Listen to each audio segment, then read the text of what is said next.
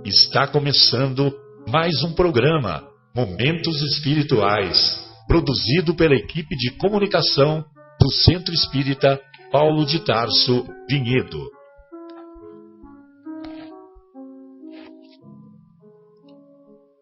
Se guardas contigo o estigma do sofrimento, indagando pela solução dos velhos problemas do ser e da dor, se percebes a nuvem que prenuncia a tormenta e o vórtice traiçoeiro das ondas em que navegas, vem conosco, estudemos a rota de nossa multimilenar romagem no tempo, para sentirmos o calor da flama de nosso próprio espírito, a palpitar, imorredouro na eternidade, e acendendo o lume da esperança, perceberemos juntos, em exaltação de alegria, que Deus, o Pai de infinita bondade, nos traçou a divina destinação para além das estrelas.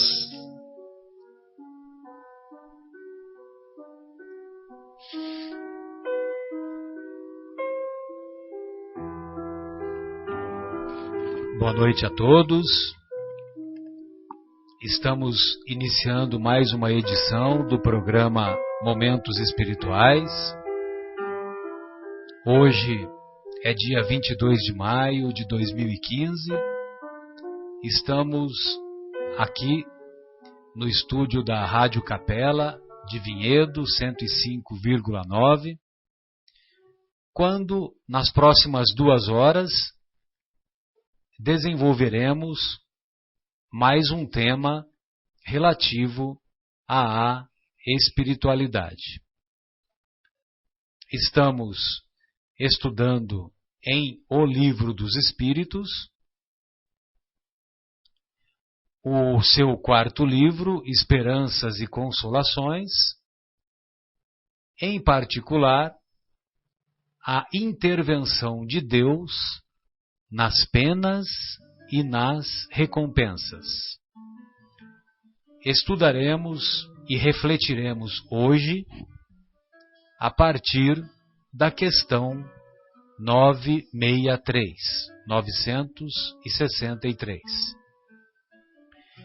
Na questão 963, Kardec indaga aos benfeitores espirituais: com cada homem individualmente, Deus se ocupa? Não é Ele muito grande e nós muito pequeninos para que cada indivíduo em particular tenha a seus olhos alguma importância? Os benfeitores assim respondem: Deus se ocupa com todos os seres que criou, por mais pequeninos que sejam. Nada para a sua bondade é pequeno demais. Nada para a sua bondade é pequeno demais. Pois bem, costumamos dizer que uma folha não cai de uma árvore, se não houver a permissão de Deus. Estamos nos referindo a uma folha. Recordamos ainda dos ensinos do Mestre, ensinos que se traduzem por leis cósmicas, que são válidas para qualquer local e situação que nos encontremos, quando o Mestre nos diz que olhai os lírios do campo, nem Salomão, no auge do seu poder, vestiu-se de maneira mais bela que os lírios. Olhai os pássaros do céu, eles não trabalham, não tecem, não fiam, e no entanto, Deus lhes oferece a alimentação que eles necessitam. Pois bem, se particularmente com seres considerados por nós inferiores, Deus concede aquilo que lhes é necessário, com quanto maior importância dará a aquilo que é necessário à sua caminhada evolutiva para seres mais elevados na cadeia evolutiva, vamos dizer assim. Então, se uma árvore, se uma folha não cai de uma árvore sem a permissão de Deus, podemos ter uma ideia, ainda que pálida, uma vez que o nosso orgulho, o nosso egoísmo ainda predominam em nossa tragédia, em nossa trajetória evolutiva, e por isso não temos uma noção exata da grandeza, da bondade do nosso Pai. Costumamos dizer ainda que Deus é muito grande, tem muitas ocupações, muitas preocupações, pois imaginem vocês, Deus tem que se preocupar ou se ocupar com a manutenção da gravitação do universo. Como que ele vai ter tempo, entre aspas, de se ocupar com as situações, ainda que sejam pequeninas, e que acometem os nossos passos? É que nós ainda raciocinamos com os olhos humanos. Nós colocamos Deus como um chefe ou como um presidente de um grande país que tem as ocupações humanas. Nós temos ainda o conceito de Deus, aquele conceito antropomórfico, ou seja, que Deus tem a forma de um homem, seria um homem todo-poderoso. Mas não é assim. Deus é espírito, é único, é imaterial, é soberanamente bom, justo e infinito em suas virtudes. Infinito em suas virtudes.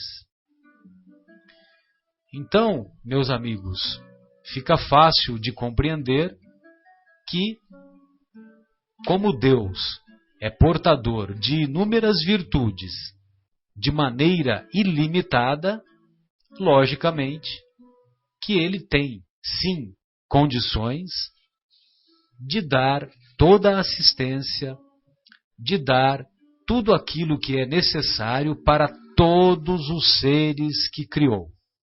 Todos.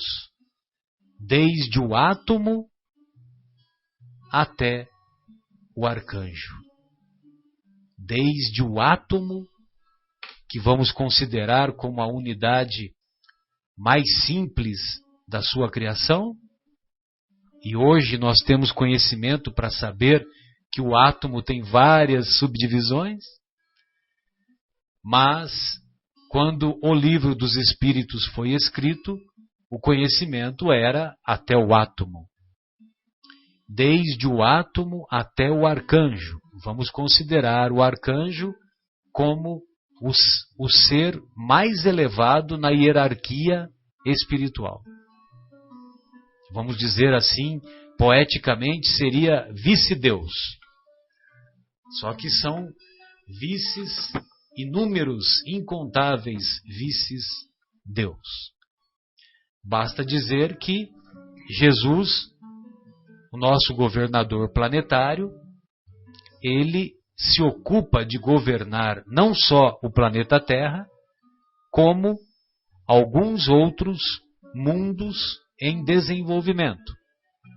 Um planeta primitivo, um outro mundo de regeneração, um outro mundo considerado feliz e um outro mundo já da esfera celestial. Certamente, Jesus alcançou na escala evolutiva todos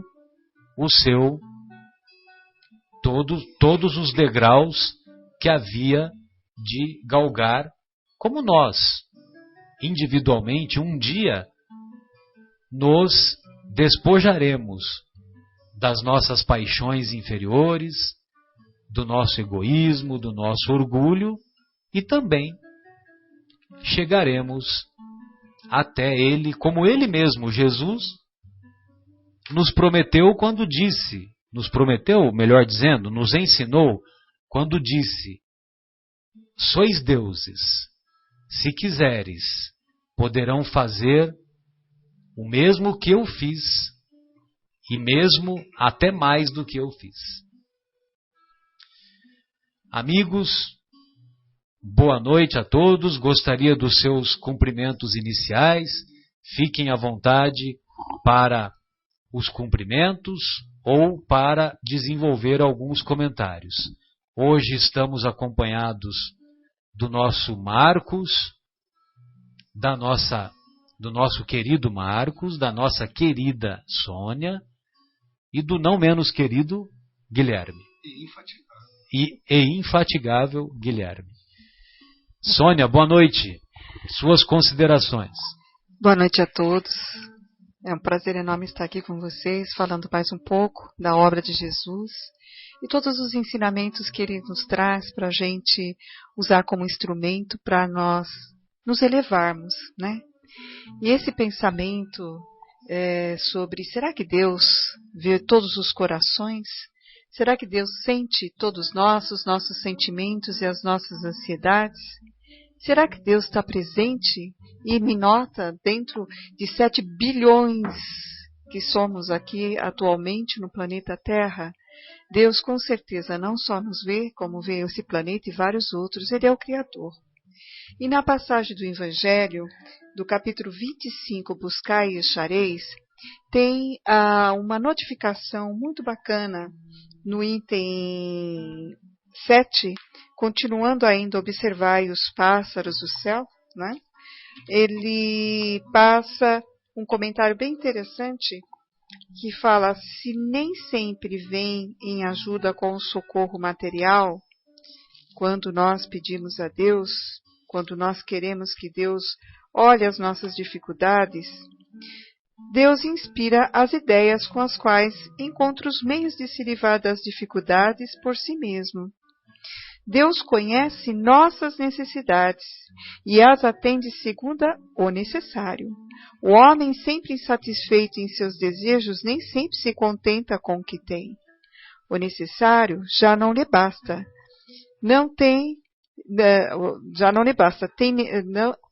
Espera um pouquinho, só que aqui, ó.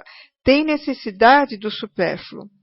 A providência deixou entregue à própria sorte.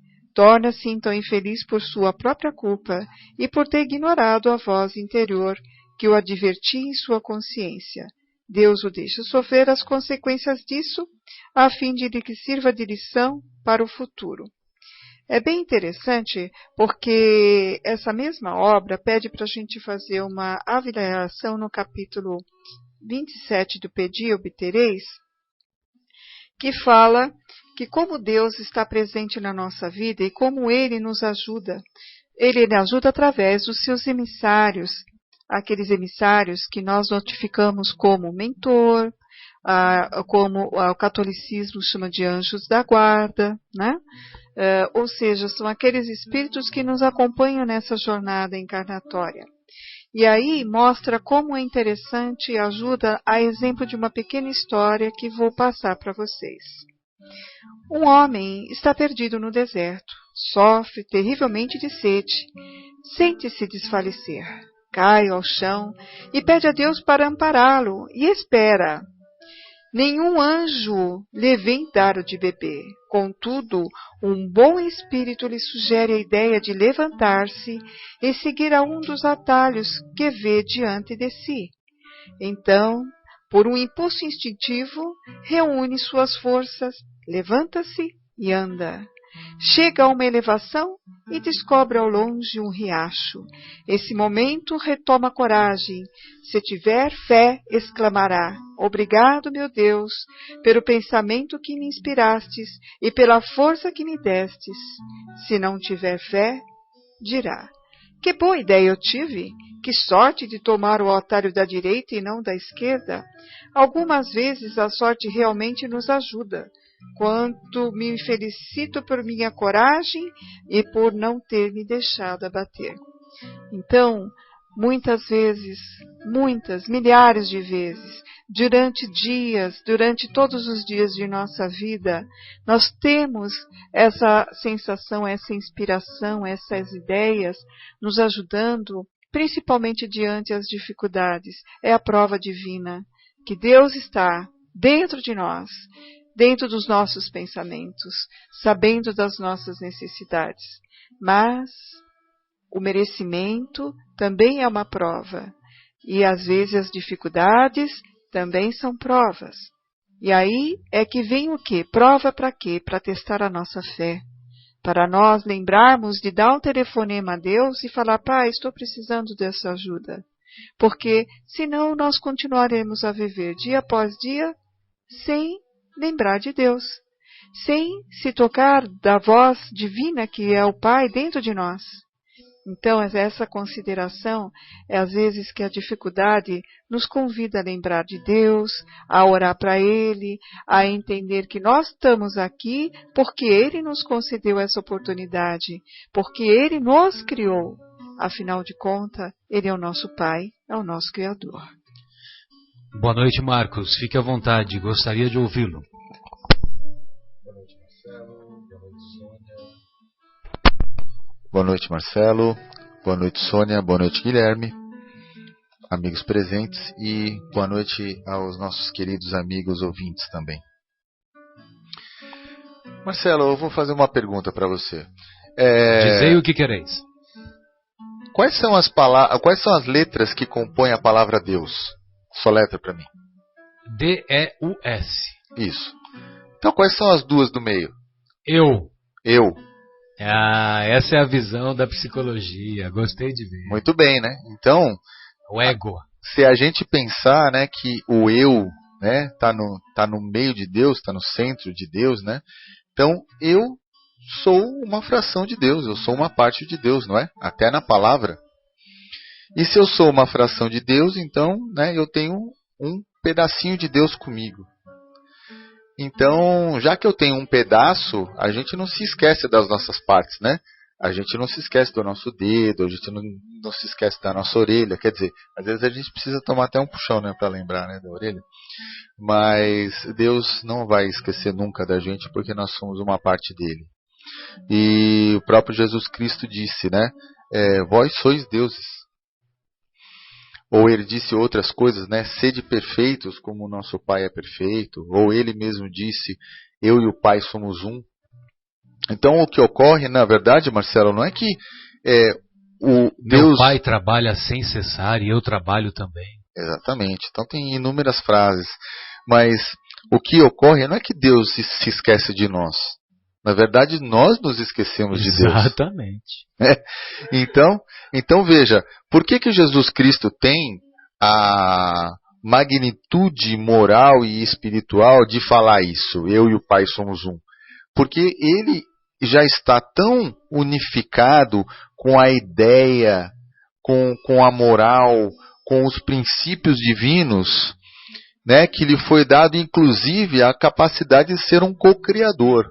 Exatamente. Né, de ser um co-criador. Então, ele e Deus são um só. E nós chegaremos lá. Mas a gente se esquece disso. Então, a gente às vezes, não só a gente se esquece, como a gente fica contra Deus. Falando assim, como é que Deus permitiu que isso acontecesse comigo? Deus está me castigando, Deus está me culpando. Por que comigo? Eu estou sofrendo porque Deus está fazendo isso comigo. Então a gente não só, se esquece que é parte dele. 2, se esquece dele.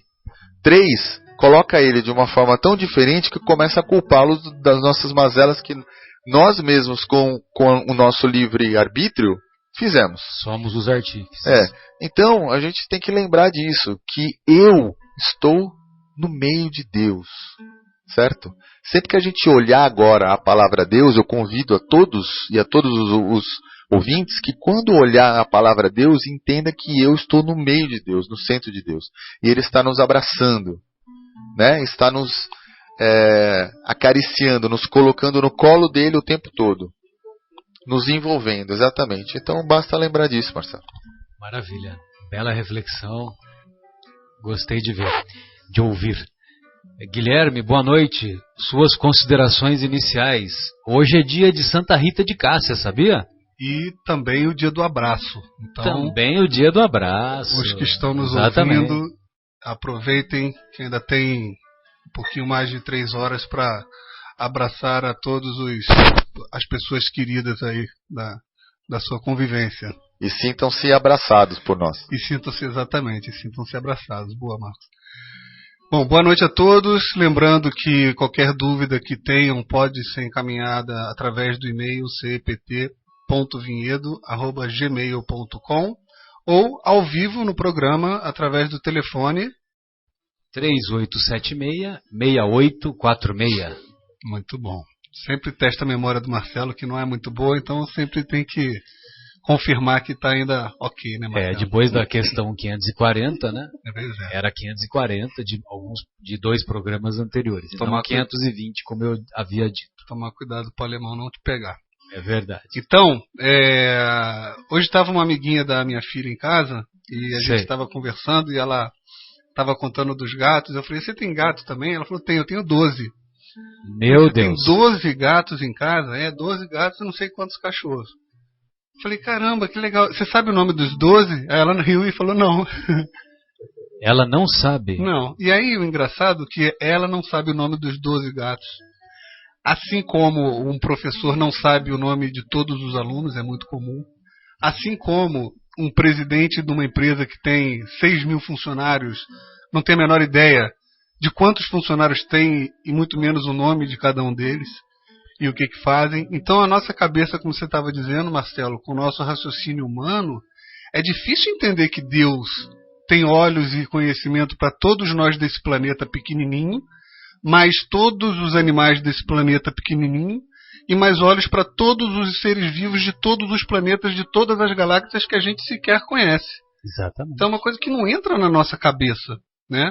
Então é muito por causa dos nossos olhos humanos, né? Do nosso olhar humano inferior, ainda predominante no seu conteúdo do egoísmo, do orgulho, né? Exatamente. Então é muito fácil de entender, principalmente naquela época que Kardec estava codificando a doutrina, dele ter feito essa pergunta, né? E aqui a resposta ainda nos causa uma certa estranheza. Eu particularmente não consigo imaginar Deus do meu lado fazendo tudo o tempo todo.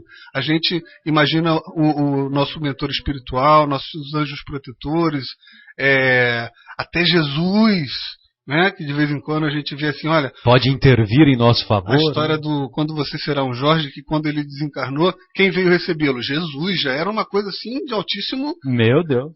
Então, assim, imaginar que Deus eventualmente me coloca no colo e olha para mim e sabe que meu nome é Guilherme e todas as dificuldades que eu tenho, ainda é uma dificuldade.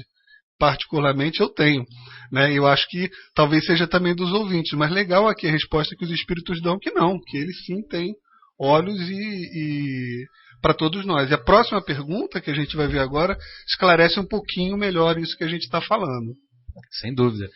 E uma outra reflexão que você me fez lembrar com essa bela comparação, Guilherme, e aí eu gostaria também de me incluir, porque nós terapeutas, nós médicos, também não temos condições de guardar todos os nomes e identificar todos os detalhes de cada paciente que atendemos, né? E ao mesmo tempo, nós reconhecemos que, por exemplo, um presidente de uma grande empresa, ele não chega à presidência dessa grande empresa apenas por indicação.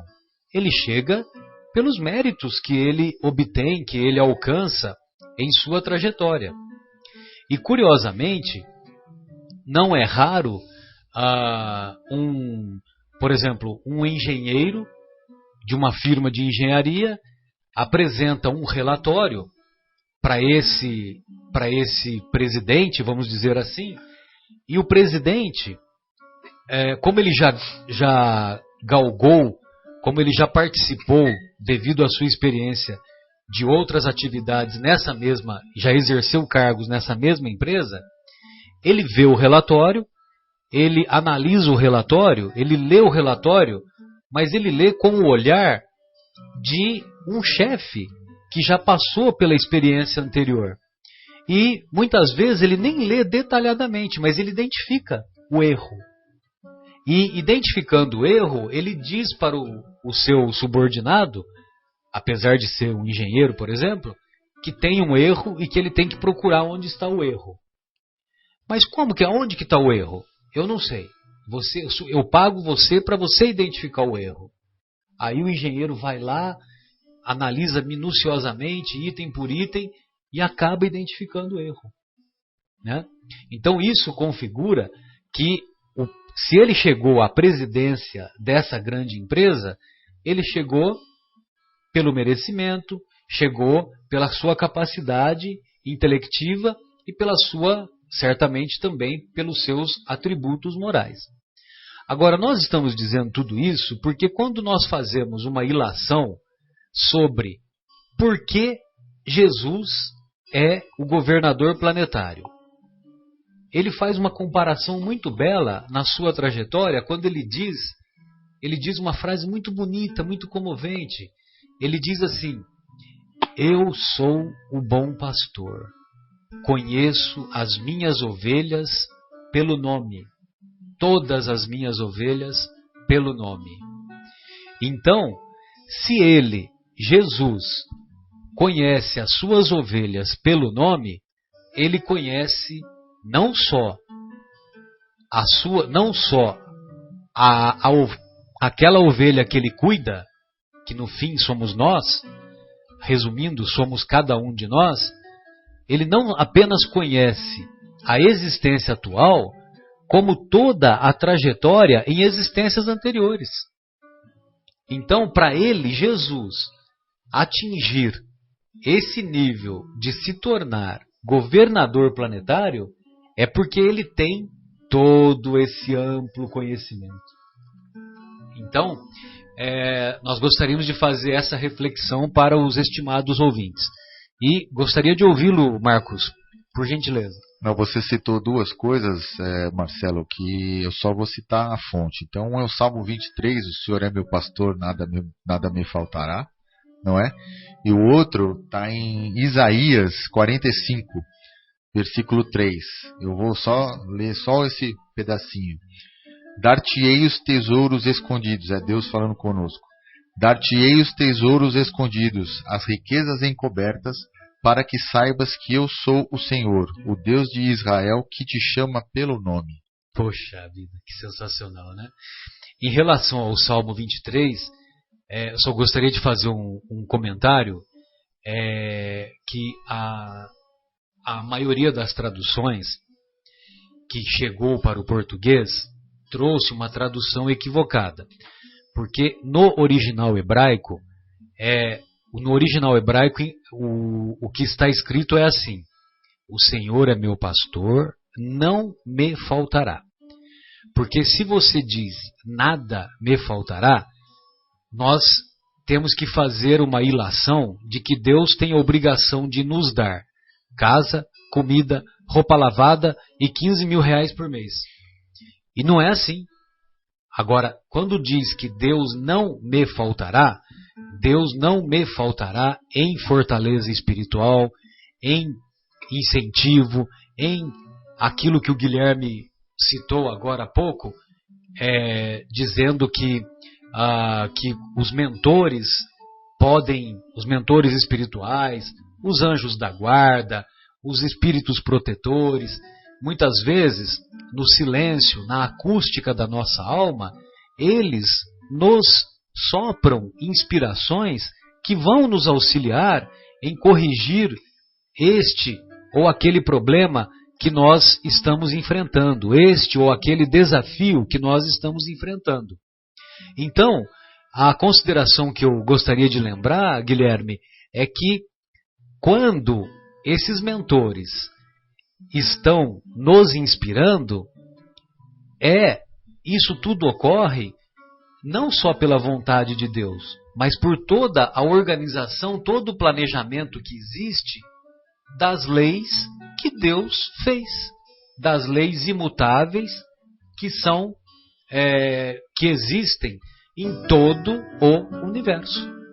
Então, esse auxílio que vem da espiritualidade é a maneira que Deus encontrou de mostrar a sua presença. Eu tenho uma dúvida, Marcelo. Pois não. O que é ilação? Vamos fazer uma ilação, vamos fazer uma reflexão, vamos fazer uma análise, alguma coisa nesse sentido. Ah, tá bom, obrigado.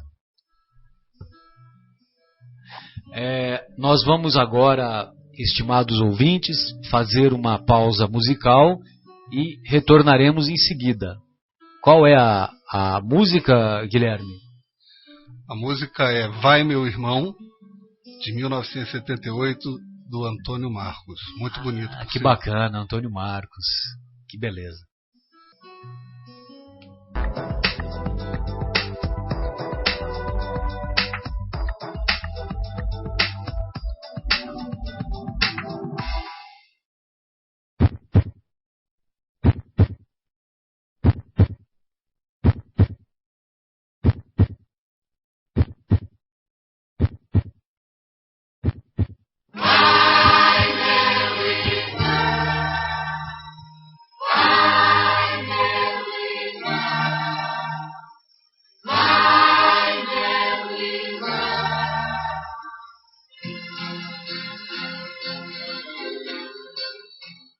Em janeiro eu como todas, comemoro um ano novo.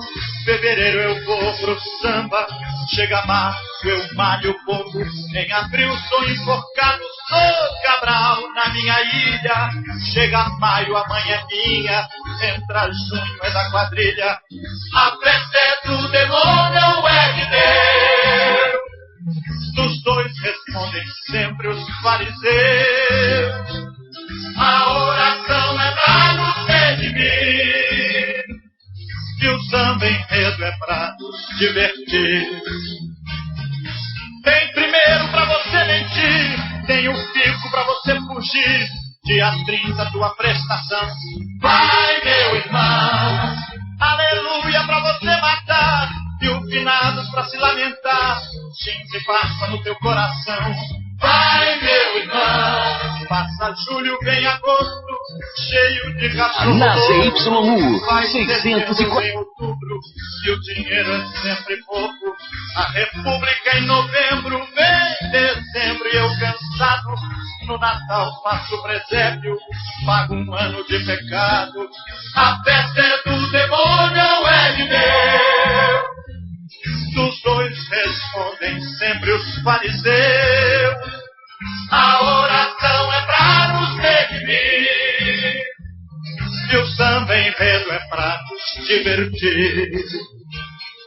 Quarta-feira ver o jogo então, no domingo ser o campeão. Campeonato mais uma ilusão, vai meu irmão. Dia útil tem escravidão, dia inútil tem libertação. Confundindo a tua confusão, vai meu irmão.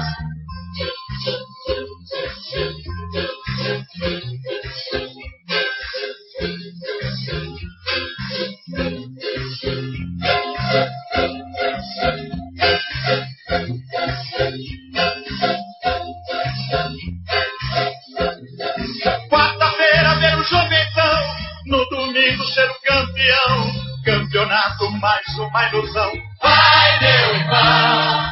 Dia útil tem escravidão, dia inútil tem liberdade. confundindo a tua confusão.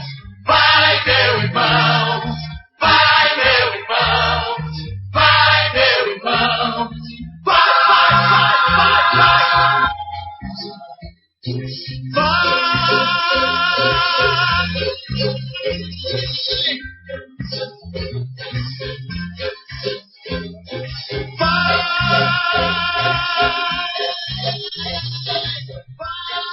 Retornamos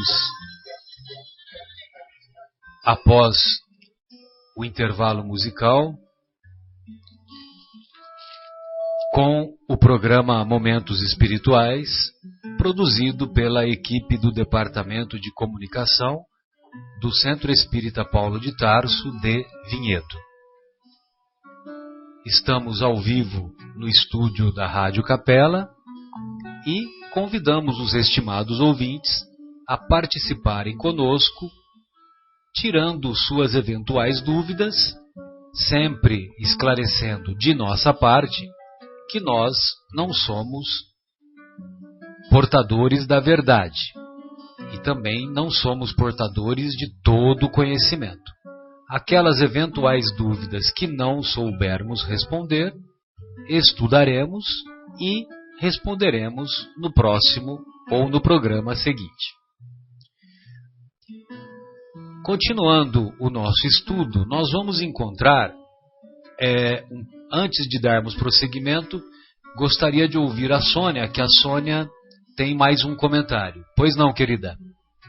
Então, Marcelo, você já ouviu falar da centelha divina? Sim. Então, a centelha divina é uma parte de Deus dentro de nós. E Deus, quando nos criou, Ele deixou a sua parte dentro de nós. Como bem foi colocado pelo Marcos, né? O próprio nome envolvendo o eu, né? A palavra Deus no centro eu. Seria a sua assinatura, justamente. A assinatura de Deus na criação, na sua criação. E como é que Ele poderia esquecer de nós? Se Ele tem parte de nós, né? Se parte dele está dentro de nós, como a centelha divina. E existem estudos, né, que falam que Deus nos criou simples e ignorantes e somos partes de sua centelha divina. Estabeleceu nossa morada na terra para crescermos e voltarmos novamente ao seu reino de felicidade, para desfrutar as benesses que o amor concede. Então, Deus está nos acompanhando sempre, dentro de nós. Muito mais fácil nós esquecermos de Deus do que Deus esquecermos de nós. Sem dúvida. Sem dúvida. E isso detectamos nos mais pequeninos detalhes, né, querida? Bem, então, na questão 964, nós vamos encontrar uma dúvida que Kardec coloca para os benfeitores, na continuidade desse tema. Intervenção de Deus nas penas e recompensas. Mas será necessário que Deus atente em cada um dos nossos atos para nos recompensar ou punir? Esses atos não são, na sua maioria, insignificantes para Ele? Os benfeitores assim respondem. Gostaria que os ouvintes prestassem atenção na sabedoria da resposta. Esses atos não são, na sua maioria, insignificantes para Ele? Deus tem suas leis a regerem todas as vossas ações. Se as violais, vossa é a culpa. Indubitavelmente, quando um homem comete um excesso qualquer, Deus não profere contra ele um julgamento dizendo-lhe, por exemplo, foste guloso, vou punir-te. Ele traçou um limite. As enfermidades e muitas vezes a morte são a consequência dos excessos. Eis aí a punição. É o resultado da infração da lei. Assim ocorre em tudo. Ou seja, Deus fez as suas leis. Se nós delas nos desviamos ou não as cumprimos, nós estamos saindo da meta. A palavra pecado significa desviar-se da meta. Daí vem o termo pecado. Se nós nos desviamos do cumprimento das leis, do cumprimento da meta, nós estamos infringindo essas mesmas leis e, consequentemente, vamos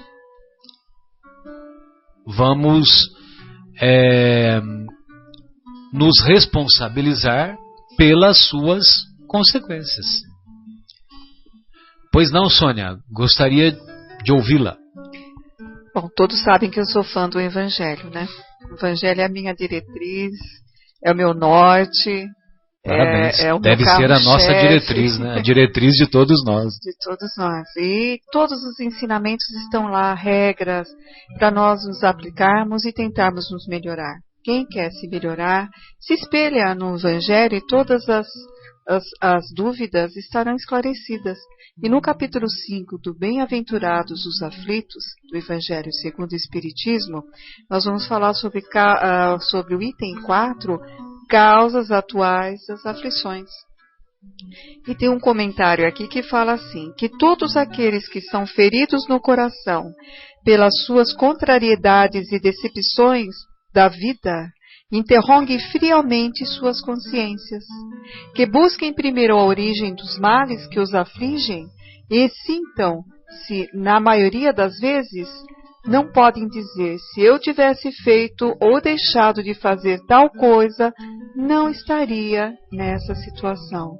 A quem culpar então por todas essas aflições, senão a si mesmo?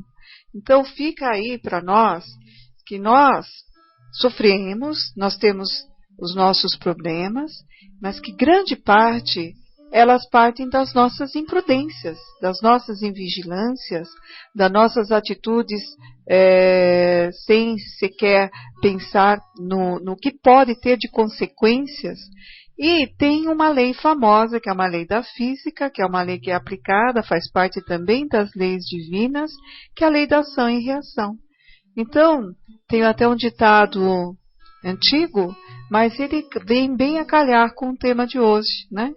Quem semeia ventos, colhe tempestades. É ventilador, né? No tempos modernos é o ventilador.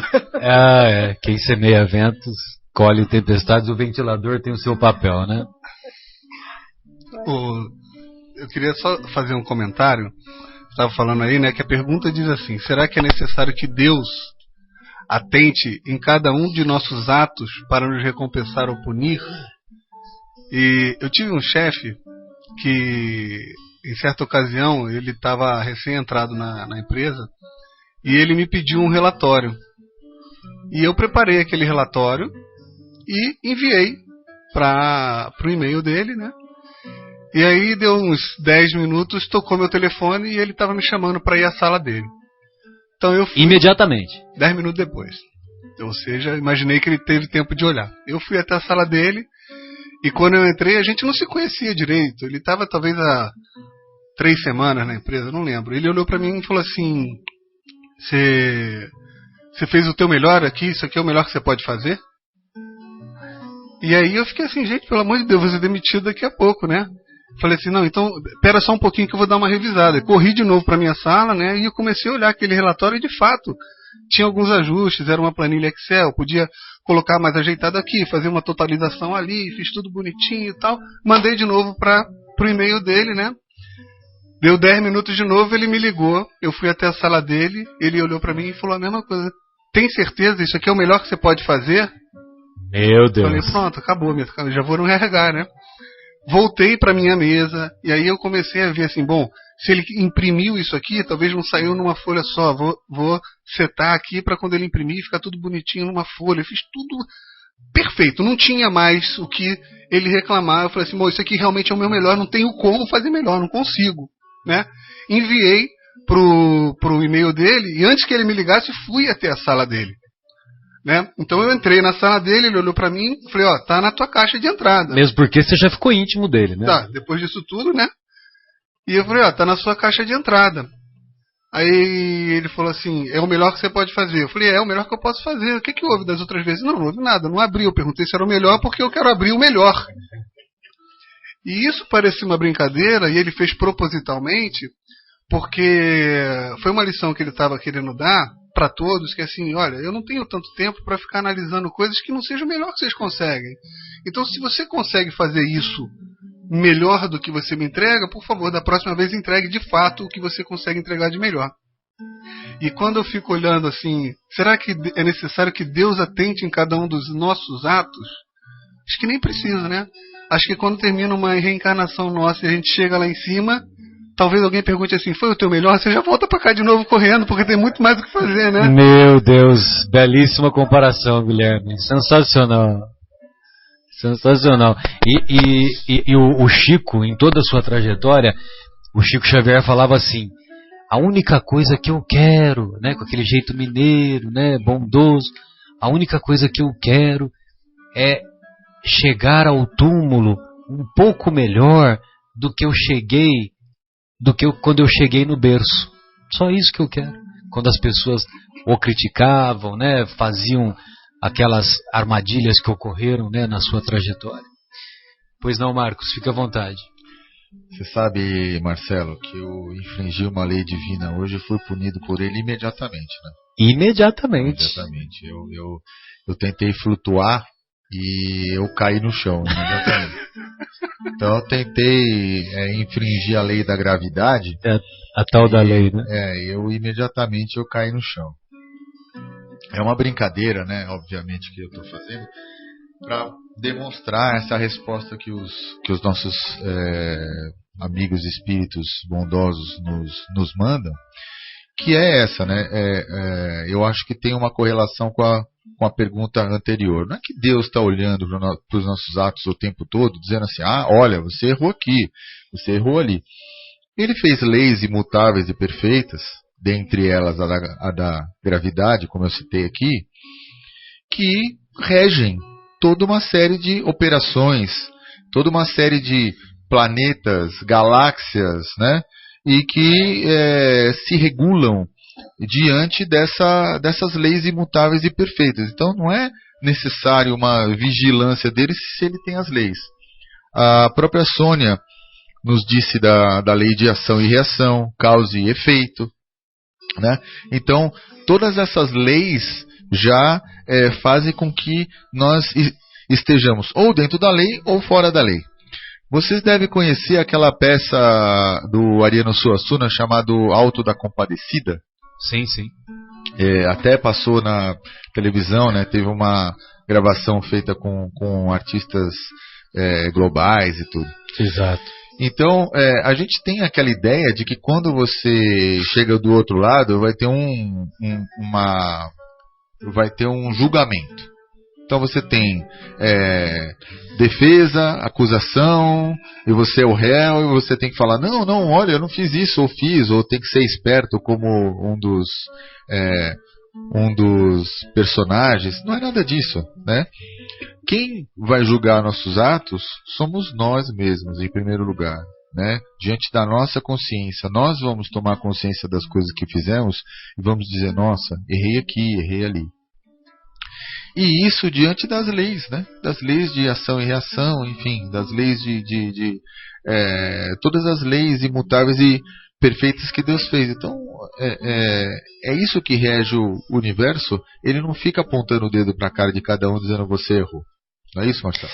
Uma vez que essas mesmas leis, elas foram por Deus colocadas na nossa consciência, que é uma das perguntas de O Livro dos Espíritos, né? Kardec pergunta para os benfeitores, onde está escrito a lei de Deus? Os benfeitores respondem com clareza e de maneira sintética, de maneira simplificada, na vossa consciência. né? Então, lógico que tem as leis gravitacionais dos planetas, de todo o sistema que envolve as diferentes galáxias, mas também tem as leis morais que foram inscritas em nossa consciência. E mais ainda, né, Marcos, porque essa avaliação que fazemos ao deixarmos o corpo, essa avaliação ela é feita por nós mesmos, né? Não há um tribunal, não há 72 juízes, né? Nada disso. Mas essa avaliação, se nós fizermos silêncio em nossas almas, se nós fizermos silêncio interior, nós vamos observar em cada ato, em cada passo de nossa existência, a nossa consciência nos chamando ao caminho reto praticamente o tempo todo, né? E o tempo todo nos convidando a trilhar o caminho correto, né? Pois bem, pois não, Sônia, fique à vontade, gostaria de ouvi-la. Você sabe quais são as leis morais? É bom a gente enumerar aqui para a gente ter uma ideia. As leis que Deus nos colocou, eu vou citar para vocês. Fique à vontade. Leis morais, que seria a lei divina ou natural. Lei da adoração, lei do trabalho, lei da reprodução, lei da conservação, lei da destruição, lei de sociedade, lei do progresso, lei da igualdade, lei da liberdade e a lei de justiça, amor e caridade. Que resume todas as outras. Que resume todas as outras. Essas leis estão na nossa consciência, por isso que a gente fala, fiz algo errado e a minha consciência dói. A minha consciência chama a minha atenção. A minha consciência está me expondo que eu peguei o caminho errado. E isso é porque nós infringimos no íntimo, bem no íntimo. Todos nós somos conhecedores dos nossos defeitos, das nossas mazelas, sabemos que estamos agindo errado, mas muitas vezes a gente quer ficar surdo, né? E aniquilar essas leis que estão gritando em nossos pensamentos que não estamos agindo correto. Aí vamos colher os frutos das nossas dores, né? Que são as dores das nossas infrações. Perfeito. Bem lembrado, Sônia. Muito obrigado.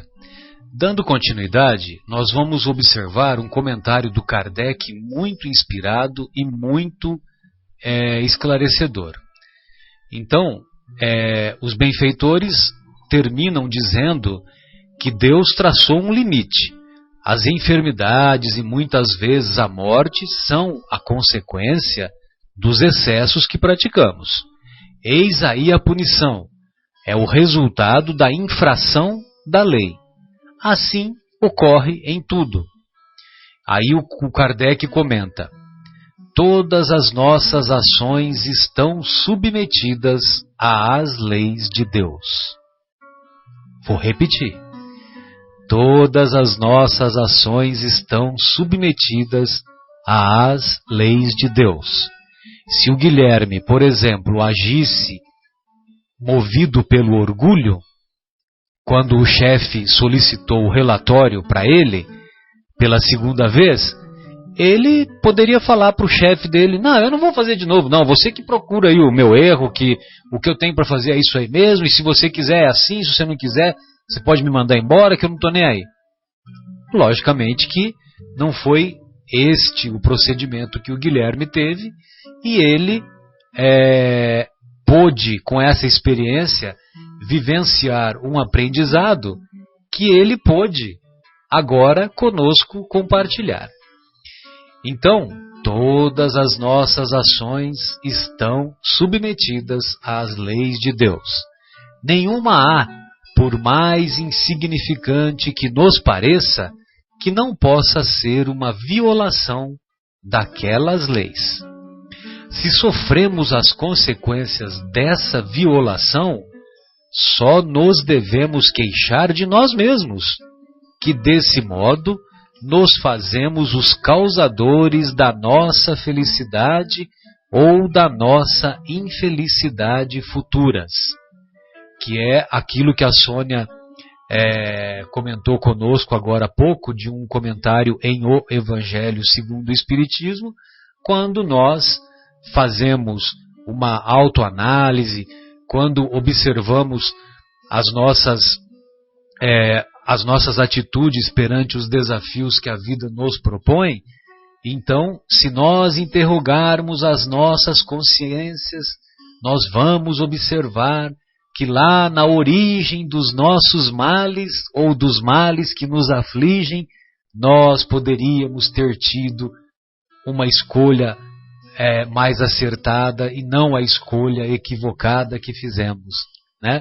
Foi mais ou menos esse o pensamento que você leu agora há pouco, que a Sônia leu agora há pouco. Então o Kardec ainda dá continuidade dizendo que esta verdade se torna evidente por meio da seguinte comparação. Um pai deu a seu filho educação e instrução, isto é, os meios de se guiar. Ele lhe concede um campo para que o cultive e lhe diz: aqui estão a regra que deves seguir e todos os instrumentos necessários a tornares fértil este campo e garantires para si a tua existência. Dei-te a instrução para compreenderes esta regra. Se a seguires, teu campo produzirá muito e te proporcionará o repouso na velhice. Se, no entanto, desprezares este conhecimento, nada produzirá e morrerás de fome. Dito isso, deixa-o proceder livremente. É mais ou menos assim que Deus conosco procede. Ele nos dá as instruções, nos dá a lei que se encontra escrita em nossa consciência e nos oferece o campo das experiências humanas, o campo das inúmeras existências que nos servem de aprendizado. Não é verdade que esse campo produzirá na razão dos cuidados que forem dispensados ao seu cultivo e que toda negligência terminará em prejuízo da colheita? Na velhice, portanto, o filho será ditoso, feliz ou desgraçado, conforme haja seguido ou não a regra que seu pai lhe traçou. Ou seja, terminaremos a nossa existência de maneira mais feliz ou menos feliz, de acordo com as próprias obras que fizemos ao longo da nossa existência. Deus ainda é mais previdente, continua Kardec, porque nos adverte a cada instante de que estamos fazendo bem ou mal. Envia-nos os espíritos para nos inspirarem, porém não os escutamos. Existe ainda mais esta diferença. Deus facilita sempre ao homem, concedendo-lhe novas existências, recursos para reparar seus erros passados, enquanto ao filho de quem falamos, se empregou mal o seu tempo, nenhum recurso resta. Ou seja, se aquele filho não agiu corretamente, a única chance que ele tinha era aquela chance, né? Então, se ele não soube aproveitar o manuseio do campo através da sua inteligência e do seu esforço próprio, ele não vai ter outra chance. Agora, Deus, em sua infinita bondade e sabedoria, nos concede inúmeras existências, inúmeras oportunidades. Por isso que ninguém poderá ver o reino de Deus se não nascer de novo. Ninguém poderá ser feliz em plenitude espiritual se não tivermos ou se não atravessarmos as inúmeras existências que servirão de experiências valiosas para adquirirmos o amadurecimento espiritual que nos conduzirá a esta elevação espiritual que deve ser almejada no nosso íntimo espiritual e que é almejada há tanto tempo. Guilherme, poderíamos fazer uma pausa musical? Alguns dos companheiros gostaria de fazer algum comentário? Pode ser, Guilherme? Podemos fazer a pausa musical, vamos escutar a música A Viagem com Roupa Nova. Você está na ZYU 604, Associação de Desenvolvimento Cultural e Artístico do Bairro Capela. 10h04.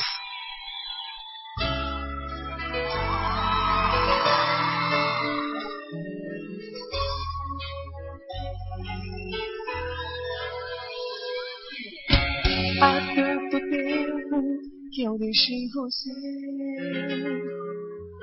fui chorando de saudade.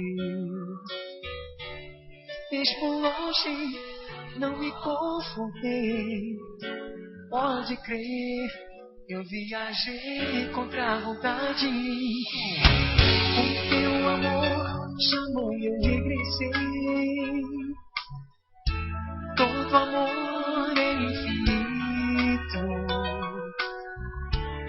Noite e dia do meu coração trouxe a luz o nosso instante mais bonito.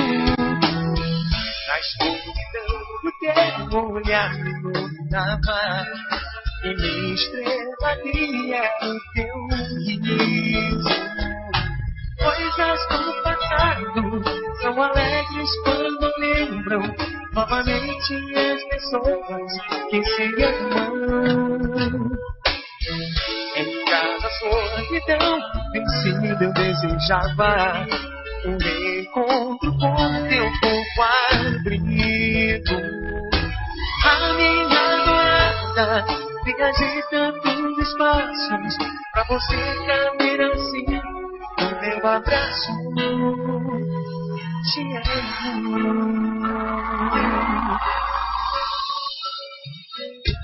Há tanto tempo que eu deixei você, fui chorando de saudade.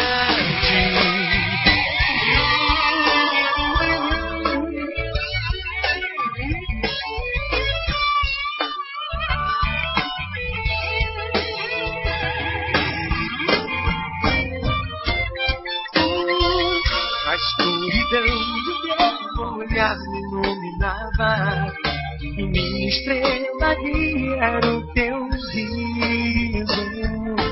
Coisas do passado são alegres quando lembram novamente as pessoas que se amam.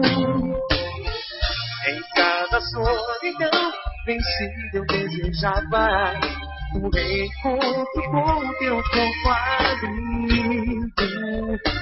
A minha adorada, viajei tantos espaços pra você caber assim no meu abraço. A minha adorada, viajei tantos espaços pra você caber assim no meu abraço. Te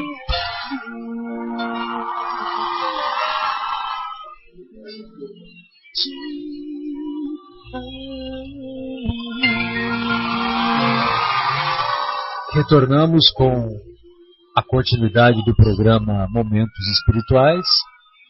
Hoje estamos discutindo no quarto livro de O Livro dos Espíritos, Esperanças e Consolações.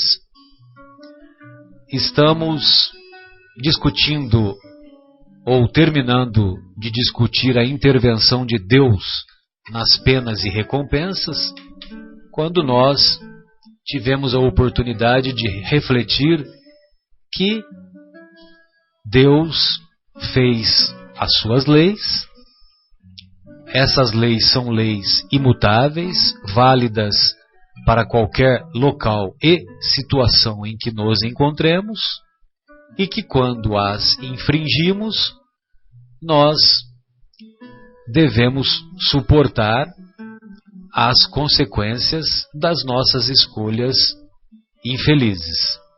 Mas Deus não pune ninguém. Não pune e também não premia, não dá privilégios a ninguém. Ele fez as suas leis. Se você escolhe o caminho correto, você obterá o resultado mais edificante. Se você escolhe o caminho infeliz, você ficará patinando à margem da caminhada. O próximo item é intitulado Natureza das Penas e Gozos Futuros. Natureza das penas e gozos futuros. E na questão 965, nós vamos encontrar a seguinte pergunta que Kardec lança aos benfeitores espirituais. Tem alguma coisa de material as penas e gozos da alma depois da morte? Será que lá no mundo espiritual nós vamos encontrar algo de material relativo aos sofrimentos ou às alegrias da alma, evidentemente depois da morte do corpo físico? Os benfeitores assim respondem: não podem ser materiais, diz o bom senso, pois que a alma não é matéria. Nada tem de carnal essas penas e gozos. Entretanto, olha só o entretanto. Entretanto, são 1000 vezes mais vivos do que os que experimentais na terra, porque o espírito, uma vez liberto, é mais impressionável. Então, já a matéria não lhe embota as sensações. Nós vamos encontrar a definição de alma, como nos propõem os benfeitores espirituais. A alma é o espírito encarnado, o espírito dentro da carne. Pois bem, cada um de nós é composto por espírito, corpo espiritual e corpo físico. Quando nós abandonamos o corpo físico, ou seja, quando somos alcançados pela morte, resta-nos o corpo espiritual e o espírito. Evidentemente, o corpo espiritual não é composto dos mesmos elementos de matéria que nos encontramos quando encarnados. Mas, quando nos encontramos sem o corpo físico, o corpo espiritual também é composto de matéria, mas de uma matéria mais sutil, mais leve, mais quintessenciada. O que é quintessenciada? Os antigos diziam que havia 4 elementos gerais na Terra: ar, água, terra e fogo.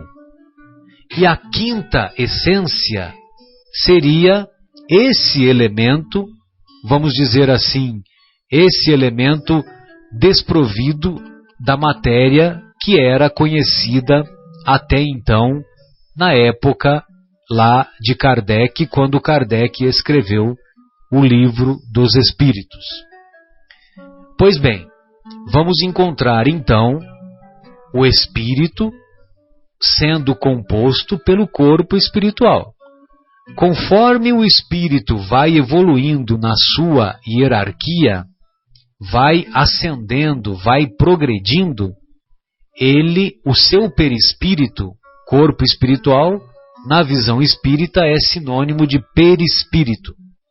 O seu corpo espiritual, o seu perispírito, vai se tornando cada vez mais puro, se tornando cada vez menos constituído de matéria. E dessa forma, ele vai se espiritualizando cada vez mais até chegar ao nível de espírito puro. Marcelo? Pois não, Guilherme, fique à vontade. Desculpa. Me permite fazer uma intervenção? Lógico, Chegou um e-mail pra gente que tem tudo a ver, e eu acho que você está já respondendo metade do que a Ágata está perguntando, que é o seguinte: a Ágata daqui de Vinhedo está dizendo que ela é espírita, tá? Frequenta um centro espírita em Vinhedo, mas que ela sempre teve dificuldade no entendimento do espírito. O que é o espírito? Ela fala assim: o espírito é um vaporzinho, porque se não é matéria, se não é sólido, é um lençol flutuante, se não é sólido, se não é líquido, se não é gasoso, isso para ela sempre causou um pouco de dificuldade de entendimento. E mais, ela coloca aqui assim: como que algumas pessoas conseguem então enxergar espírito em não sendo matéria? Pois bem. Então, isso parece que é difícil de entender, mas na verdade não é difícil, viu, Guilherme e Ágata, que nos considerou esta indagação. Quando nós sonhamos com rostos de pessoas ou com lençóis flutuantes, ou com fantasminha, como a gente vê no filme? Esse é o questionamento que eu faço. E aí, Guilherme?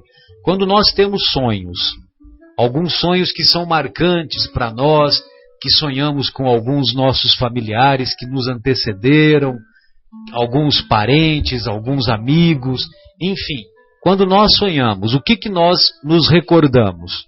É bem real, né?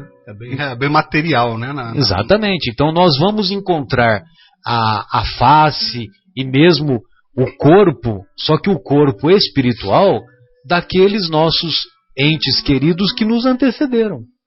É lógico que eu estou me referindo aos sonhos com pessoas que já partiram, né? Pessoas que já estão no mundo espiritual.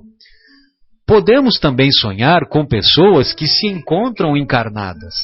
E quando nos encontramos com essas pessoas encarnadas, é mais fácil de identificar porque muitas vezes nós vamos encontrar com elas no dia seguinte, são pessoas do nosso relacionamento. Mas quando nós sonhamos com pessoas que já desencarnaram, e a impressão que nós temos quando nos recordamos do sonho é exatamente de um corpo espiritual que elas são portadoras. Então, aquilo que nós vemos nos sonhos é a definição daquilo que seria o perispírito ou o corpo espiritual. Então, o espírito ou os espíritos são os seres inteligentes da criação. O ser pensante que habita esse corpo, ele é imortal. Esse ser pensante que nós somos portadores, o corpo físico um dia, devido à exaustão dos órgãos, vai parar de funcionar. Mas esse ser pensante vai continuar existindo. Vai continuar existindo numa outra esfera, numa outra dimensão. Só que essa dimensão não é visível aos olhos materiais ainda. Mas, certamente, conforme vai havendo o progresso do nosso planeta, mais dia ou menos dia, nós vamos ter com clareza essa outra dimensão espiritual, como alguns pesquisadores já detectam através da transcomunicação instrumental, da transcomunicação pelos instrumentos. E posso completar só para a Ágata? Pois não? A questão da gente enxergar, enquanto acordados, a gente enxergar espíritos. Então, é claro que isso aí é um dom que a gente às vezes tem, é um dom mediúnico, mas é fácil de entender quando a gente pensa num gato. A gente pode estar no breu total para a gente e o gato está enxergando relativamente bem, porque ele tem uma visão que capta uma frequência de luz maior do que nossos olhos. Mais aperfeiçoada, sem então dúvida. ele consegue enxergar coisas que nós não enxergamos. Da mesma maneira, existem algumas faixas e frequências vibratórias que nossos olhos não conseguem ver e que os olhos de alguns médiums sim conseguem, por isso que eles conseguem ver essa matéria que o Marcelo está falando quintessenciada. E só completando, o Ágata, não sei a sua idade, esqueci de perguntar, mas a gente, eu pelo menos quando estudava, e aí o professor de física explicava que eram 3 os estados da matéria, né? E hoje a gente sabe que já são mais. Nós temos 7 estados da matéria. A gente tem o sólido, a gente tem o líquido, a gente tem o gasoso, a gente tem o 4º estado, que é o plasma. Nós temos o 5º estado, que é o condensado de Bose-Einstein. Temos o 6º, que é o gás fermiônico.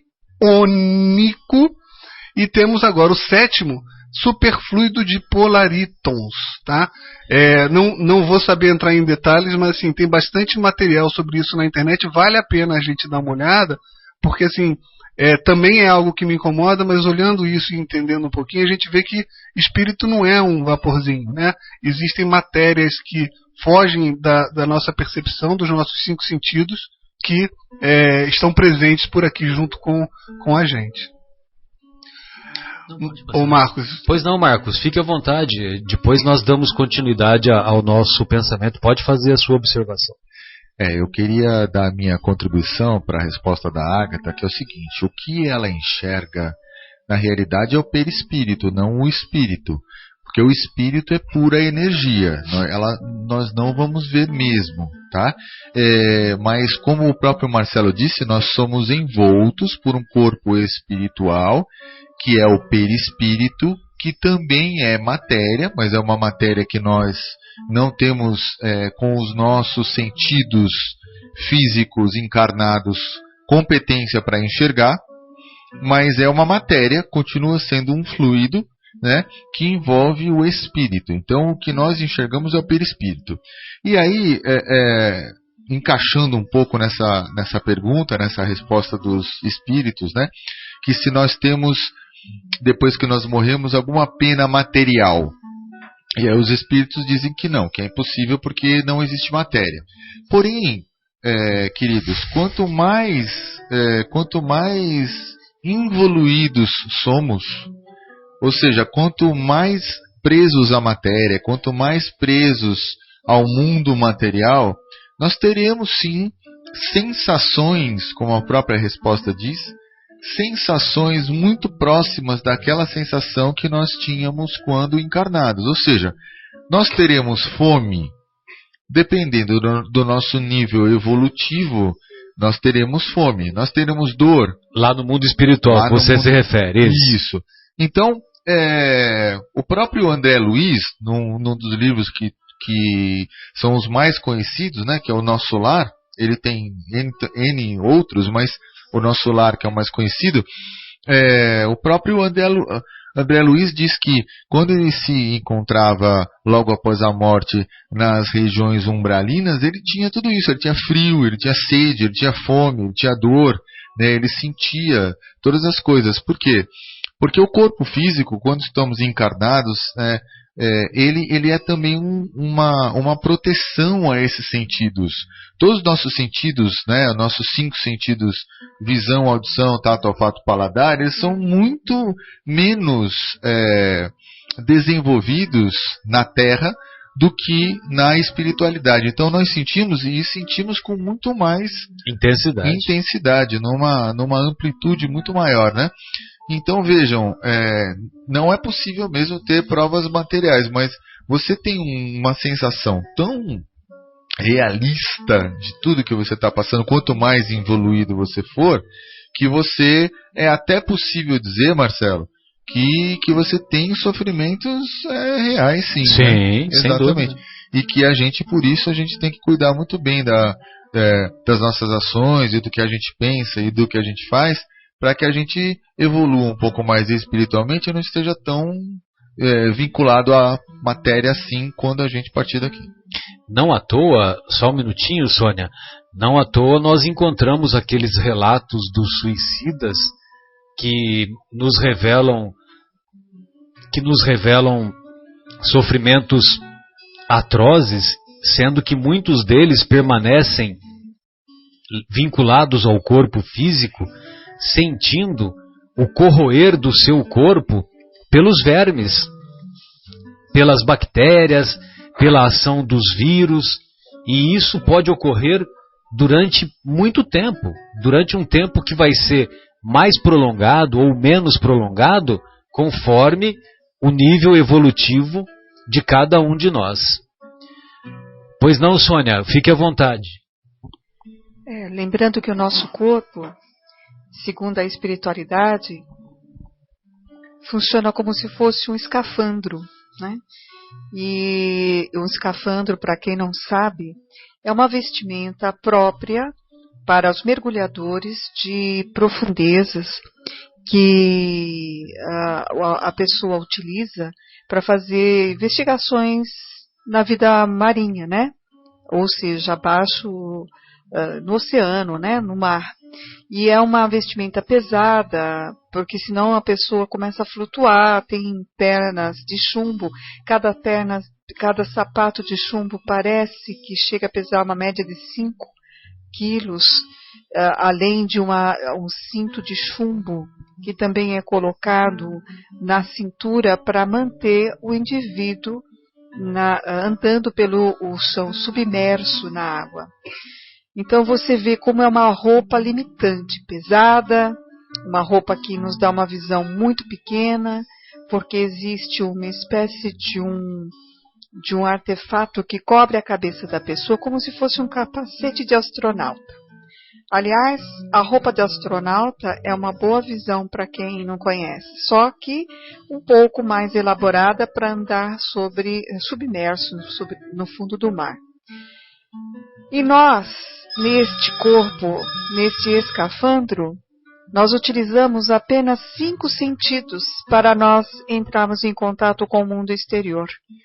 E é assim, nós temos uma visão muito limitada, nós temos uma situação muito limitada também na audição, no paladar, no tato, no ouvido, que são os 5 sentidos. As condições que nós passamos aqui na Terra é simples para usarmos aqui no plano material. É para nós sobrevivermos aqui. Seria muito estranho a gente começar a ver espíritos do nosso lado o tempo todo. Traria um certo desconforto e um pouco de inibição, porque a gente não teria privacidade, nós não teríamos um pouco de, como se diz, de solidão, ou melhor, de silêncio, né, do ambiente, quando você quer ficar num quarto sozinho. Agora, a visão da claravidência ou a vidência é uma das faculdades que nós temos, como a gente chama de mediunidade.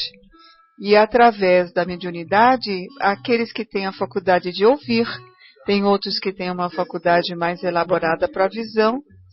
E a visão, ela é, graças a Deus, para certas pessoas mais capacitadas de poder ver, de poder entender isso, porque causa muito desconforto, né? A gente vê pessoas, às vezes vê coisas bonitas, mas também a gente está sujeito a ver coisas tristes e coisas que o nosso entendimento nos assustariam.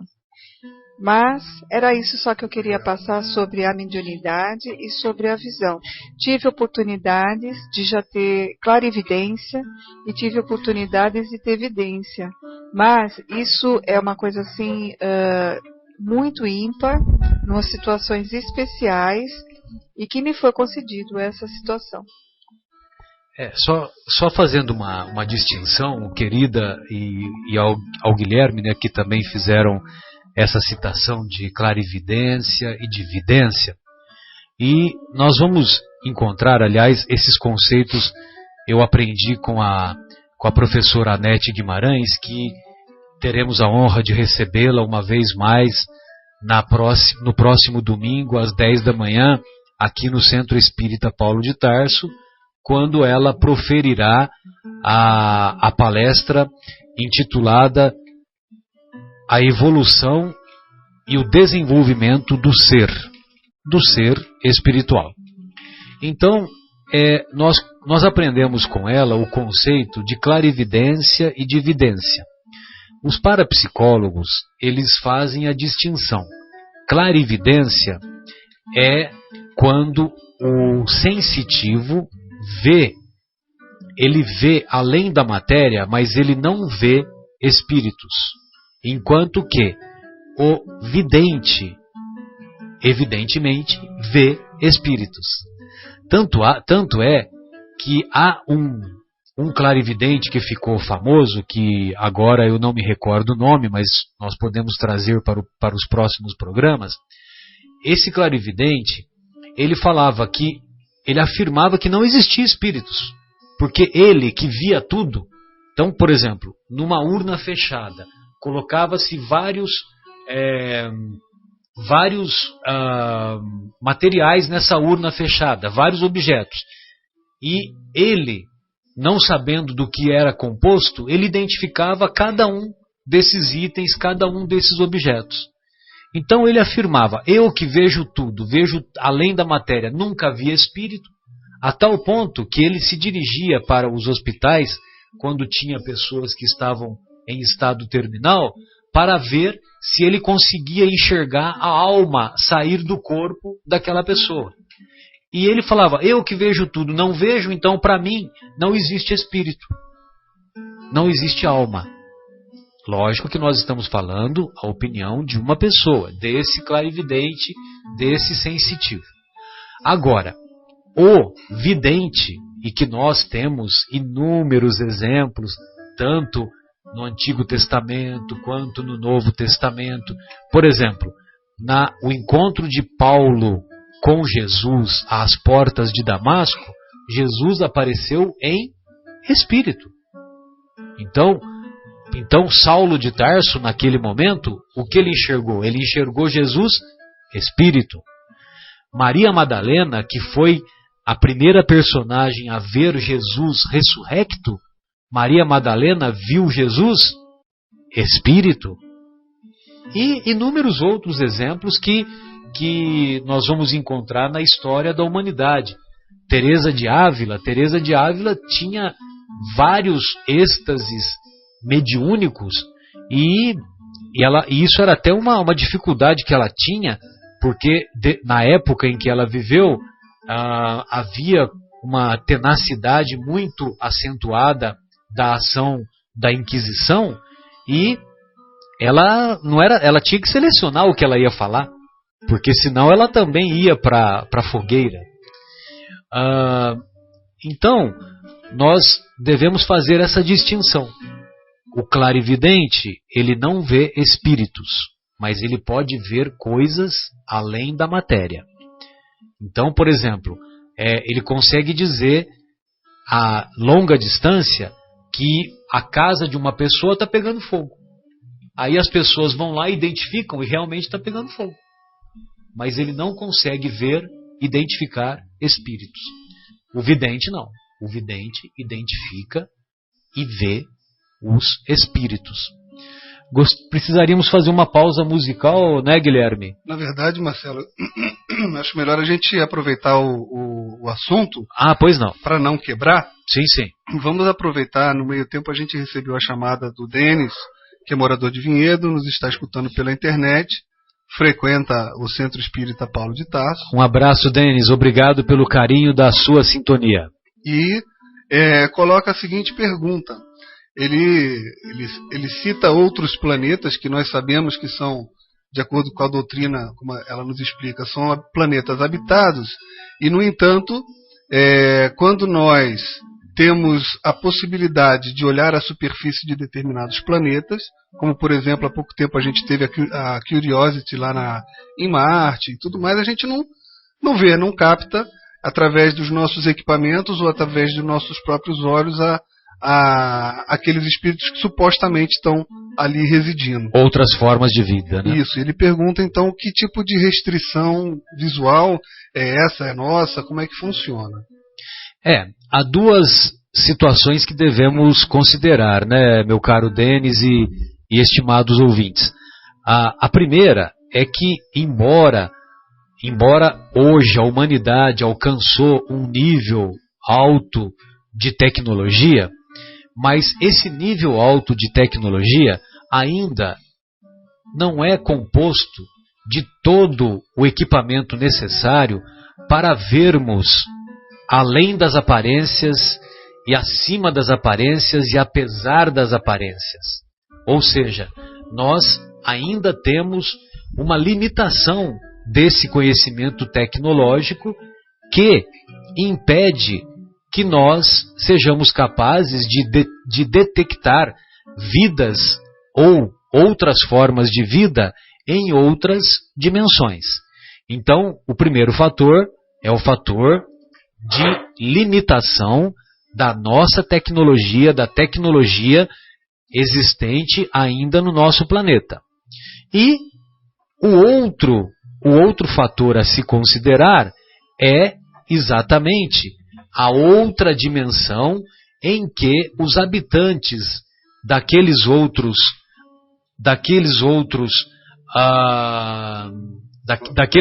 planetas, daqueles outros mundos, a sua forma de vida que eles são portadores.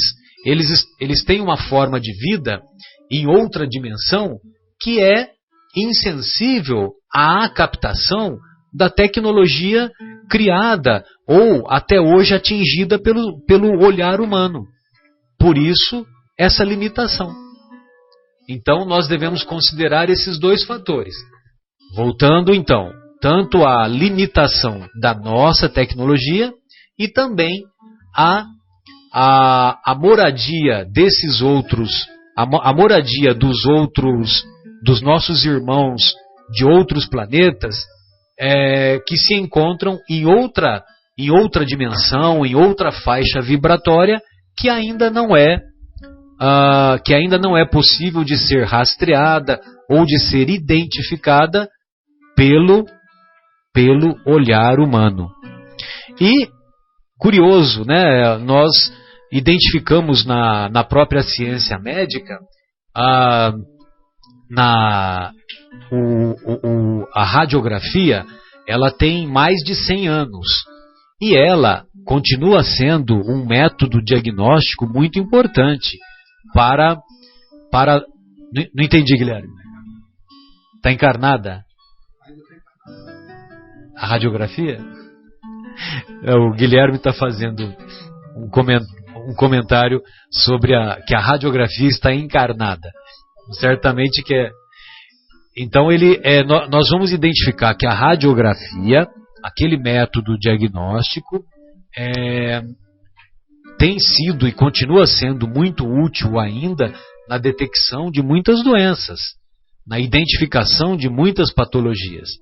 Mas, certamente nós vamos encontrar na evolução da ciência médica um avanço que nos propiciou o desenvolvimento da tomografia, o desenvolvimento da ressonância, o desenvolvimento da tomografia por emissão de pósitron, que é o famoso PET, que é muito utilizado para os pacientes no diagnóstico de pacientes com lesões cancerosas muito, muito pequenas. Então, nesse avanço tecnológico que nós já identificamos, nós somos capazes de reconhecer uma importância muito acentuada nesse processo.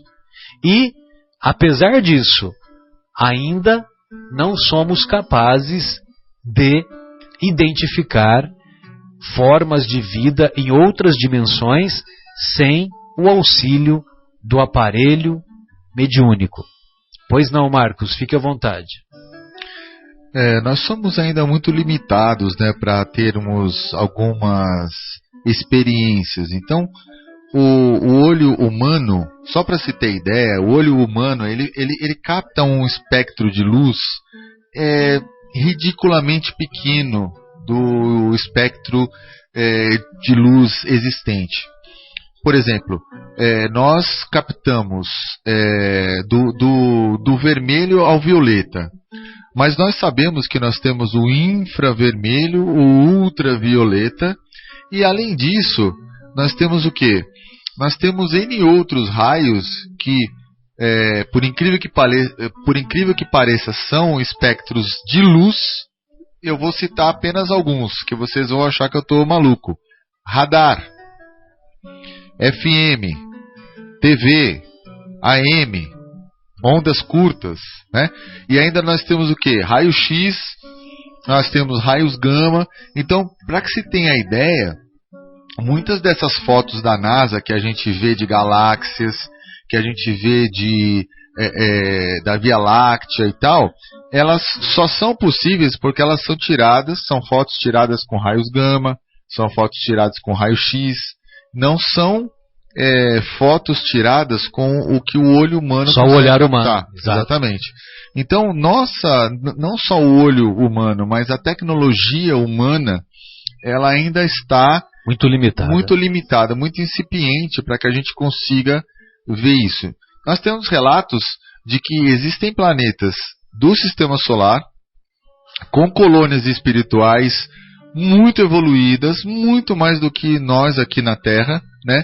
Sendo que Júpiter é uma delas. Júpiter é uma delas. E um dos que foram encarnados aqui no planeta Terra, que tiveram a oportunidade, tiveram a graciosa bênção de conseguir morar lá em Júpiter, é Beethoven. Beethoven, o nosso querido Mozart, a mãe de Chico em Marte, na descrição da obra Cartas de uma Morta, que foi a primeira obra mediúnica escrita pelo nosso querido Chico, e é um dos livros que ele mais tem carinho, né? São 3 livros que o Chico guarda com mais carinho em sua trajetória mediúnica: Cartas de uma Morta, Boa Nova e Paulo e Estevão. E vale a pena, né, Marcelo? O Carta de uma Morta fala da vida em Marte de uma forma muito interessante, e lembrando que esse livro foi escrito em 1935. Então ela conta detalhes de Marte que a gente não tinha notícia ainda, né? E em 35 o homem não tinha pisado na Lua ainda. Imagina, só foi pisar em 69. Né? Então, assim, e é engraçado o livro porque tem um trecho que ela está contando para o Chico vai escrevendo, e ela fala assim: agora, meu filho, eu preciso parar de te falar porque o Emmanuel está aqui do lado e ele vai continuar te ditando uma determinada outra obra. Então eles competiam, né, a mediunidade de Chico. Então era a mãe de Chico e Emmanuel que dividiam ali o Chico. Então ela relata isso no livro, que olha, agora eu vou ter que parar de escrever, eu continuo na próxima carta, porque o Emmanuel está aqui do lado, querendo falar para você aqui e escrever outra coisa. O pai espiritual e a mãe carnal, né, do nosso querido Chico. E também essas informações a respeito do Beethoven e do Mozart, elas foram reveladas por um espírito chamado Bernard Palissy, que se encontra na revista Espírita de 1858, que nós futuramente traremos aqui uma entrevista belíssima que Kardec faz com o Bernard Palissy. E o Bernard Palissy, ele fez umas gravuras, uns desenhos da casa onde morava Mozart, lá em Júpiter. Isso, essa casa era composta por notas musicais, né, o desenho, a gravura que o Bernard Palissy nos enviou. E aí o Kardec perguntou por que ele nos enviou aquelas gravuras, né, que representam a casa onde Mozart morava lá em Júpiter. Aí ele disse que ele nos enviou com o objetivo de estimular os homens a tornarem-se bons espíritos para que um dia pudessem alcançar a possibilidade ou alcançar a conquista de se morar, de se viver em um planeta como Júpiter, né, que é considerado um planeta feliz. Pois não, querida, fica à vontade. Justamente isso que eu ia falar. Tava feio, tava bom. Pois não, pode... Houve uma parte técnica aqui com problema, mas tudo bem, já resolvemos. A ordem dos planetas, né, Marcelo? Por que Júpiter é um planeta feliz? E qual é o estadiamento da Terra, né? Nós estamos no estadiamento ainda de um planeta provas e expiações. Estadiamento evolutivo, Então, não é à toa que nós encontramos hoje muitas coisas tristes ainda envolvendo o homem, que os noticiários despejam 24 horas, né, por dia, de assassinatos, de roubos, de problemas de relacionamentos, terminam com homicídios e outras situações que a gente assiste o tempo todo, porque ainda temos que passar por essas provas, né? Mas a nossa luta diária é de evolução e de melhoria pessoal, e a nossa vontade é uma vontade crescente, e que nós possamos alcançar planetas mais evoluídos, e temos essa condição de conseguir diante do nosso esforço, né? Nós temos que ter um pensamento em nossa mente, que eu acho que isso é importante. Deus não iria colocar na abóbada celeste, de uma noite maravilhosa como está hoje, cheia de estrelas, seríamos muito pequenos pensar que só o nosso planeta seria um planeta que estaria habitado. Só para recriar a nossa visão, né? Justamente. Nós temos que ampliar nossos momentos, a nossa reflexão e sair da nossa posição cômoda e de pensar, eu não acredito, para mim isso não existe. Nós temos que realmente abrir os nossos pensamentos, estar atento, porque hoje não chega mais só pelas conversas, chega pelo mundo científico a descoberta de vários planetas, de constelações, de galáxias, chega a nossa mente as visitas que nós temos tido de alguns, digamos assim, extraterrestres, né? Deixando marcas nos nossos solos. Isso, quem entrar no Google vai ver as marcas nas plantações, com símbolos muito bem feitos, matematicamente calculados, desenhos geométricos que o ser humano jamais conseguiria fazer, principalmente nas plantações de trigos. E o que mais intriga... São os crop circles, né? Os crop circles. Google mostra as fotos, e o que nos deixa mais intrigado, Marcelo, que esses trigos eles são dobrados, mas não são estragados, eles não morrem, eles fazem uma curvatura fica um magnetismo muito acentuado, né? Também. E no caule dele, a curvatura existe como se ela tivesse nascido assim. Ela não quebra, ela não trinca, ela não mata o vegetal. Se nós pegarmos o caule do trigo e dobrarmos, fatalmente nós estaríamos forçando a natureza dele e estaríamos dilacerando as fibras que se dispõem de uma forma para manter-se rígidas. E isso é mais uma prova que há muito mais mistério entre o céu e a terra do que a nossa vã filosofia. Estamos tão pequenininhos ainda, jardim de infância dentro do conhecimento de Deus, dentro do conhecimento do universo, dentro do conhecimento que o homem ainda vai abraçar. E se Deus quiser, e Ele o quer, que nós progredimos, e é por isso que Ele nos incentiva muito a nossos esforços diários para nós conseguirmos progredir e caminhar aqui com um planeta que está em transformação, passando agora pela fase de regeneração, onde as dores, as tristezas não vão ser mais necessárias, esse tipo de que a gente chama de karma, né? De situações negativas, e nós temos a esperança de podermos compactar com esse planeta, e se Deus permitir, continuarmos aqui num estágio feliz, né? Um estágio melhor, um estágio, como se diz? Mais desenvolvido. Mais né? desenvolvido. Voltado para a prática do bem permanente. Pois não, querida, e vale a pena a gente recordar aquele ensinamento do mestre, né? Não é à toa que ele é o governador planetário. Quando ele nos diz de maneira tão poética, tão bela, tão profunda: crede em Deus, crede também em mim. Não se turbe o vosso coração. Há muitas moradas na casa de meu Pai. Se assim não fosse, eu já vô-lo teria dito. Olha só que frase maravilhosa. Se assim não fosse, eu já teria dito. Confie em mim. É impressionante, né? Estimados ouvintes, estamos nos aproximando do nosso término, mas o nosso querido Guilherme gostaria de fazer uma colocação. Pois não, Guilherme? Bom, Marcelo, eu já vou deixando aqui meu boa noite para todos, porque daqui a pouco vai começar o programa Perfeita Sintonia com o nosso amigo Carlos Martini. Né? Mas eu acho que vale a pena. Você mencionou a Revista Espírita, e tem muitos ouvintes que não estão tão familiarizados com a doutrina e com as obras que nós estudamos, então acho que talvez seja interessante você só contar para eles do que se trata a Revista Espírita e esclarecer esse ponto. Boa noite a todos que estão nos ouvindo e até sexta-feira que vem. Pois não.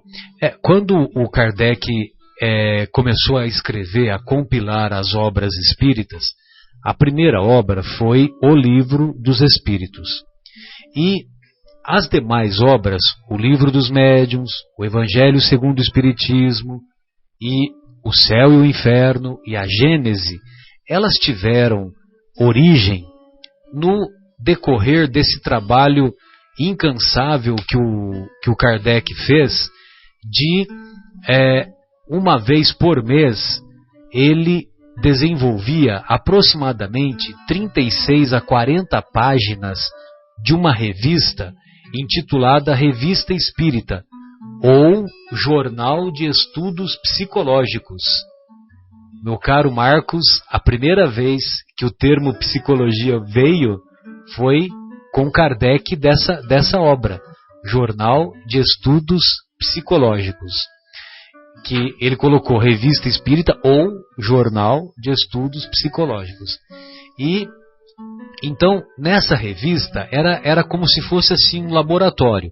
Ele recebia as mais variadas mensagens e ele, de acordo com o tema, ele classificava e ia colocando na Revista Espírita, e muitos desses temas acabaram depois constituindo o Livro dos Médiuns, o Evangelho segundo o Espiritismo, o Céu e o Inferno e a Gênese.